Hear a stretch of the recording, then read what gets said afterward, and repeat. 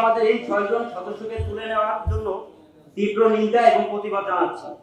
সেই সাথে অন্তর্বর্তীকালীন সরকার বৈষম্য বিরোধী ছাত্র আন্দোলনের সমন্বয়ক সহ দেশের সর্বস্তরের মানুষের কাছে প্রশ্ন রাখছি, 24 পরবর্তী বাংলাদেশে দাঁড়িয়ে কিভাবে প্রাক্তন সামরিক বাহিনীর সদস্যদের 6 জন সদস্যকে জোরপূর্বক অন্যায়ভাবে তুলে নিয়ে যাওয়ার দুঃসাহস পায়। বিসমিল্লাহির রহমানির রহিম। উপস্থিত জাস্টিস ফর কমরেডের সম্মানিত অফিসার মহোদয়গণ এবং সহযোদ্ধা প্ল্যাটফর্মের অন্যান্য সদস্যদের সালাম জানাচ্ছি। আসসালামু আলাইকুম। আমি সাবেক সেনা সদস্য সৈনিক মোহাম্মদ নাইমুল ইসলাম সহযোদ্ধা প্ল্যাটফর্মের প্রধান সমন্বয়কের দায়িত্ব পালন করছি। আমি দীর্ঘ 8 বছর বাংলাদেশ সেনাবাহিনীর 10 ইস্ট বেঙ্গল রেজিমেন্ট দুর্দর্শ দশে কর্মরত ছিলাম। আজকের এই সংবাদ সম্মেলনের শুরুতেই আমি স্মরণ করছি বৈষম্য বিরোধী ছাত্র আন্দোলনে শহীদ আবু সাইদ ও মুগ্ধ সহ সকল নিহত ও আহতদের, যাদের অদম্য সাহসিকতার মাধ্যমে আমরা ফিরে পেয়েছি ফ্যাসিবাদ মুক্ত ও বাক স্বাধীনতা প্রকাশের বাংলাদেশ। বিগত স্বৈরাচার শেখ হাসিনার সরকার তার অবৈধ ক্ষমতাকে 2041 সাল পর্যন্ত টিকিয়ে রাখার মিশন বাস্তবায়নে সামরিক বাহিনীকে বিভিন্ন টার্গেট ভিত্তিক কাজে লাগানোর পরিকল্পনা গ্রহণ করে। উক্ত পরিকল্পনার অংশ হিসেবে সামরিক বাহিনীর অত্যন্ত মেধাবী অফিসার ও নিরীহ জেসিও এবং অন্যান্য সৈনিকদের অন্যায়ভাবে গুম, সেলেবন্দি, বাধ্যতামূলক অবসর ও সিভিল জেল সহ কোর্ট মার্শাল করা হয়। গত 5 আগস্ট ছাত্র জনতার গণ অভ্যুত্থানের মাধ্যমে ফ্যাসিস্ট ও স্বৈরাচার শেখ হাসিনার পতন হয়েছে এবং দেশের সর্বস্তরের মানুষের আস্থা ও ভরসার প্রতীক হিসাবে অন্তর্বর্তীকালীন সরকার দায়িত্ব গ্রহণ করেছেন।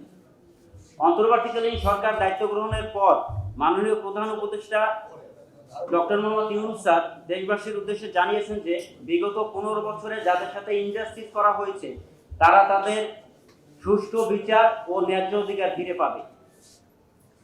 ফ্যাসিস্ট শেখ হাসিনা বিগত 15 বছরে দেশের সর্বস্তরে যে দুর্নীতি, অনিয়ম, ফ্যাসিবাদ এবং বৈষম্য ও স্বৈর শাসন ব্যবস্থার কালো অধ্যায় রচনা করেছে, তার সংস্কার করে দেশ ও দেশের মানুষের শান্তি শৃঙ্খলা বজায়, ন্যায় বিচার প্রতিষ্ঠা সহ আইন ও সংবিধান সংস্কারের উদ্যোগ গ্রহণ করেছে অন্তর্বর্তীকালীন সরকার।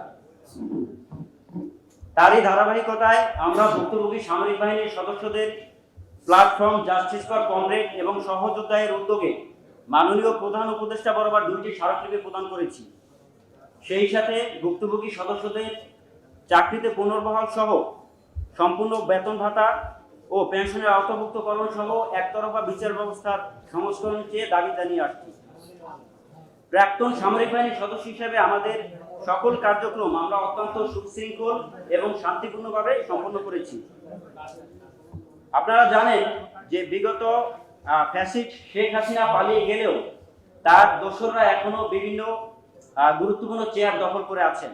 সেই দোসরদের নির্দেশনা অনুযায়ী গত 9/11/2024 তারিখ আনুমানিক রাত 10 ঘটিকায় নিকুঞ্জ 2 এর একটি রেস্টুরেন্ট থেকে আমাদের 6 জন সদস্যকে ডিজিএফআই ও যৌথ বাহিনী কর্তৃক জোরপূর্বক অন্যায়ভাবে তুলে নিয়ে যায় এবং কোনো প্রকার কারণ ব্যতীত 24 ঘন্টা তাদেরকে ক্যান্টনমেন্ট থানায় আটকে রাখা হয়।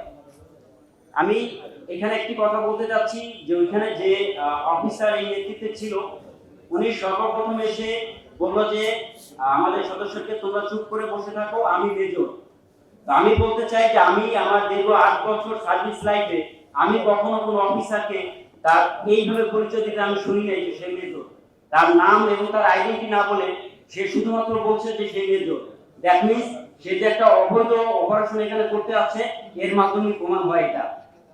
তো আমি উক্ত স্যারের প্রতি সম্মান রেখে বলতে চাই যে স্যার আপনি প্রথমে আপনার নিজের পরিচয়টা দিতে শিখুন, তারপরে আপনি ডিউটিতে জয়েন করেন। আমি আমাদের এই 6 জন সদস্যকে তুলে নেওয়ার জন্য তীব্র নিন্দা এবং প্রতিবাদ জানাচ্ছি।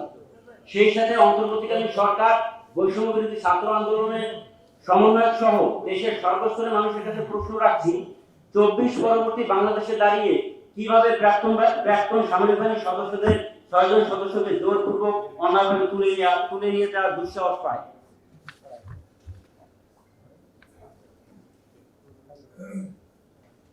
আমি স্পষ্ট ভাষায় একটি কথা বলে দিতে চাই যে 5 আগস্টের পরে আওয়ামী লীগ বা তাদের দোসররা বাংলাদেশের প্রাসঙ্গিক বা গ্রহণযোগ্য নয়।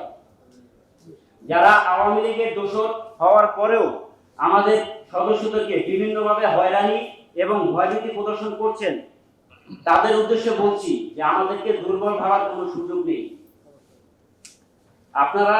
আপনার এবং আমাদের মধ্যে পার্থক্য খুব বেশি নয়। আপনি যে প্রশিক্ষণে প্রশিক্ষিত, আমরা সামরিক বাহিনীর প্রাক্তন সদস্যরাও কিন্তু ঠিক একই প্রশিক্ষণে প্রশিক্ষিত। সুতরাং আমাদেরকে হেয় প্রতিপন্ন করা অথবা আমাদের নিয়ে কোনো প্রকারের গেম খেলার চিন্তাধারা থেকে বেরিয়ে আসতে হবে। আমরা কখনোই কোনো বাহিনীর বিরুদ্ধে নই, আমরা ব্যক্তির বিরুদ্ধে যারা আওয়ামী লীগের দোসর হওয়া সত্ত্বেও এখনো দেশের গুরুত্বপূর্ণ চেয়ার দখল করে আছেন। যারা আওয়ামী লীগকে পুনর্বাসন করতে চাচ্ছেন বা আপোষ করতে চাচ্ছেন, তারা করতে পারেন আপনাদের নিজ স্বার্থে অথবা রাজনৈতিক স্বার্থে। কিন্তু প্রাক্তন সামরিক বাহিনীর সদস্য হিসেবে আমরা বলতে চাই, আমরা সকল প্রকার রাজনৈতিক হিসাবের ঊর্ধ্বে রয়েছি। আমি মনে করি জাস্টিস ফর কমরেড এবং সহযোগিতা প্ল্যাটফর্ম এখন জাতীয় ঐক্যের প্রতীক। তাই আমাদের প্রতি যতই ষড়যন্ত্র অথবা বাধা আসুক না কেন, আমরা ঐক্যবদ্ধ থেকে আমাদের ন্যায্য দাবি আদায় করে ছাড়বো ইনশাআল্লাহ।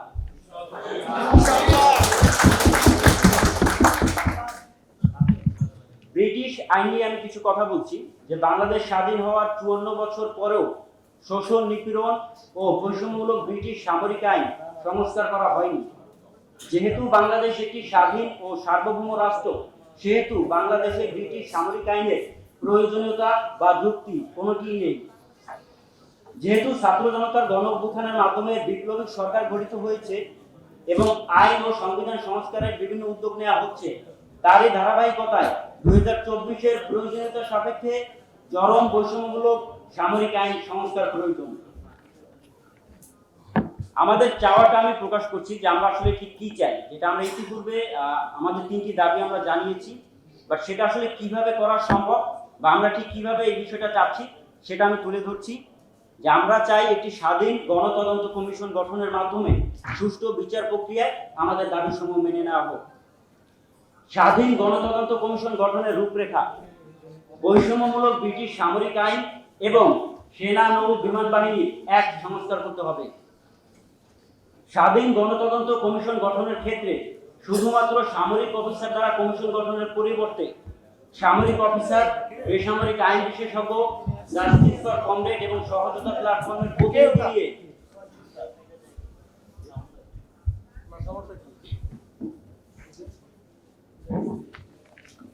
স্বাধীন গণতদন্ত কমিশন গঠনের ক্ষেত্রে শুধুমাত্র সামরিক অফিসার দ্বারা কমিশন গঠনের পরিবর্তে সামরিক অফিসার, বেসামরিক আইন বিশেষজ্ঞ এবং জাস্টিস ফর কমরেড ও সহযোগিতা প্ল্যাটফর্মের প্রতিনিধি নিয়ে কমিশন গঠন করতে হবে। প্রত্যেকটি স্বতন্ত্র ঘটনার সুষ্ঠু তদন্তের লক্ষ্যে ভুক্তভোগী সদস্য যাতে করে তার নিজ পক্ষে বক্তব্য উপস্থাপন করতে পারে সেই সুব্যবস্থা করতে হবে। তদন্ত কমিশনের বিচারে যদি প্রমাণিত হয় যে তাকে অন্যায়ভাবে চাকরিচ্যুত করা হয়েছে, তাহলে ভুক্তভোগী সদস্যকে অদ্যাবধি সম্পূর্ণ বেতন ভাতা ও সকল প্রকার সুযোগ সুবিধা সহ চাকরিতে পুনর্বহাল করতে হবে এবং তার প্রতি অন্যায় করার অভিযোগে অভিযুক্ত কর্মকর্তাকে আইনের আওতায় আনতে হবে। তদন্ত কমিশনের কার্যক্রম গণমাধ্যম ও টিভি চ্যানেলে সরাসরি সম্প্রচার করতে হবে। আমি মাননীয় প্রধান উপদেষ্টা এবং মাননীয় সেনা নৌ ও বিমান বাহিনী প্রধানের কাছে আকুল আবেদন জানাচ্ছি এবং বিনীত অনুরোধ করছি যাহাতে মানবিক দিক বিবেচনা সাপেক্ষে আমাদের দাবিসমূহ মেনে নিয়ে কয়েক শত পরিবারে জীবিকা নির্বাহ ও দেশ ও জাতির সেবায় নিয়োজিত করা হোক। পরিশেষে আমি অন্তর্বর্তীকালীন সরকার এবং মাননীয় 3 বাহিনী প্রধান ও সামরিক বাহিনীর প্রতি সম্পূর্ণ আস্থা রেখে আমার বক্তব্য শেষ করছি। আসসালামু আলাইকুম। 1 জানুয়ারি অনলাইনের জনপ্রিয় চ্যানেল চেঞ্জ টিভি তাদের প্রতিষ্ঠাবার্ষিকী, আমি তাদের প্রতিষ্ঠাবার্ষিকীতে এই চেঞ্জ টিভির সাথে যারা জড়িত সাংবাদিক, বিজ্ঞাপনদাতা, মালিকপক্ষ সকলকে শুভেচ্ছা জানাই। এবং চেঞ্জ টিভি অনলাইনে যে আসলে মানুষের কথাবার্তা মত প্রকাশের ক্ষেত্রে একটা ভিন্ন মাত্রা নিয়ে এসেছে এবং এই চেঞ্জ টিভি আমি মনে করি যে ইউটিউবে, ফেসবুকে, বিশেষ করে সোশ্যাল মিডিয়াতে মূল ধারার চ্যানেলের পাশাপাশি একটা বৈপ্লবিক পরিবর্তন ঘটাতে ভূমিকা রাখছে। চেঞ্জ টিভির পাশাপাশি অন্যান্য যারা কাজ করছেন তাদেরকেও বলবো আপনারা বস্তুনিষ্ঠ এবং সত্য তথ্য প্রকাশের মাধ্যমে আপনাদের অবস্থান মানুষের কাছে তুলে ধরবেন। আপনারা যদি সঠিক লাইনে থাকেন আপনারা মানুষের কাছে জনপ্রিয় হবেন, মানুষের কাছে আস্থাশীল হবেন। এটা সত্য যে এখন মূলধারার গণমাধ্যমের নানা ধরনের নিয়ন্ত্রণের কারণে সব তথ্য তারা প্রকাশ করতে পারতেছে না। সেই ক্ষেত্রে অনলাইন কিন্তু একটা তথ্য প্রকাশের ক্ষেত্রে গুরুত্বপূর্ণ মাধ্যম, এবং এখন বিজ্ঞাপনের ক্ষেত্রেও অনলাইন একটা বড় জায়গা হয়ে দাঁড়িয়েছে। কাজে অনলাইনে যারা ভালো ভূমিকা নেবেন তাদের ভবিষ্যৎ ভালো, এবং আশা করি চেঞ্জ টিভি সেক্ষেত্রে সবার অগ্রভাগে থাকবে।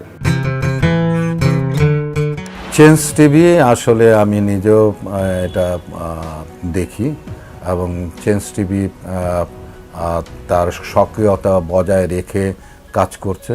অনেক কিছু তাদের নিউজগুলোর মধ্যে আমরা দেখি, অন্যান্য প্রোগ্রামগুলোতেও বেশ ইনফরমেটিভ জিনিসগুলো থাকে। আমি এর সঙ্গে যুক্ত যারা কাজ করছেন তাদের সকলকে শুভেচ্ছা জানাচ্ছি, এবং চেঞ্জ টিভি যারা দেখেন সে সমস্ত দর্শকদেরকেও আমি শুভেচ্ছা জানাচ্ছি। আপনারা ভালো থাকুন, তবে একটি কথা, সড়কে আইন মেনে নিয়ম মেনে আমাদের সকলেই যেন চলি সেই চেষ্টা করবেন। জীবন একটাই, সেই জীবন বাঁচানোর দায়িত্ব আপনার। আসসালামু আলাইকুম, আমি ক্রিকেটার মোহাম্মদ আশরাফুল। চেঞ্জ টিভিকে শুভেচ্ছা জানাচ্ছি। বাংলাদেশের প্রথম ইউটিউব জার্নালিজম চালু করেছেন তারা। এখানে আমি আশা করব তারা সবসময় পজিটিভ নিউজগুলাই তুলে ধরবেন, আমাদের দেশের সব কিছু। যেহেতু আমি স্পোর্টসম্যান, আমি আশা করব যে সকল স্পোর্টস নিউজগুলো ওনারা পজিটিভভাবেই তুলে ধরবেন এবং দেশের সব কিছুই তুলে ধরবেন। শুভেচ্ছা রইল চেঞ্জ টিভিকে।